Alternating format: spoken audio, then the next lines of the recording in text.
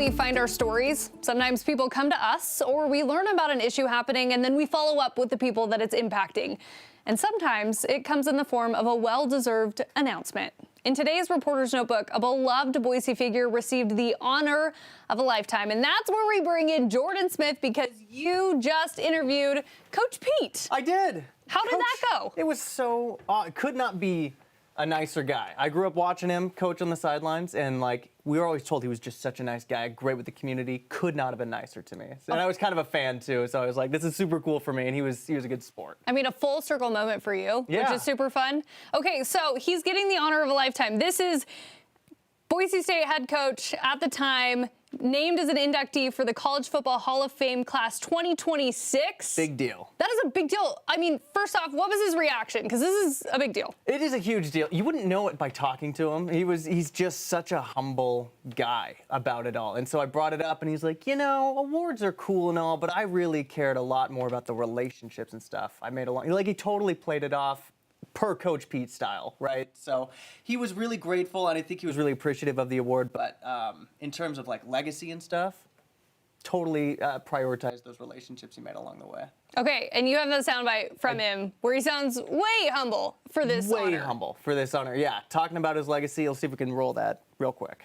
When your journey's all said and done, what are you hoping you got accomplished? And, I think it's like you made an impact in a positive way on people. And, certain places you've been, when you left them, did you leave them better than you found them? And that doesn't always mean record-wise. It kind of means the inner workings and how, certain people learn things and how to treat each other and how to be great teammates and how to work through hard things. And it's all kind of the corny coaching cliches, but they're real things. I don't know if there's many more important things in this world than just the relationships that we create with one another along our journey. So you can see right there, I mean, the accolade is so, it's a really cool honor, but to him it was just so much more than the awards and the winning on the field. It was just who these players were going to develop into and making those relationships. That's what meant a lot to Coach Pete. I mean, but he just made such a change in the community, right? Just everybody BSU. I remember this. It was such a big time. But this is also a new honor. A BSU head coach has never seen this. A coach in general has never seen this, right? Yes, yeah. He joins one other person, Randy Troutman, who was a Boise State player, to be in the Hall of Fame. First coach, though, for Chris Petersen. So it's a huge honor. I mean, he was the youngest coach in FBS history to get to 100 wins. So, I mean, that just shows you how much success he was able to have and how deserving he is of this. And obviously, he wants somebody to join him. He does want his quarterback. And that's what we talked about was, I said, how do you feel about Kellen not making the cut? And he goes, this is why I don't care about awards, because it's outside factors determining kind of whether a player should be worthy or not. And how do you keep the winningest quarterback of all time out of the College Football Hall of Fame?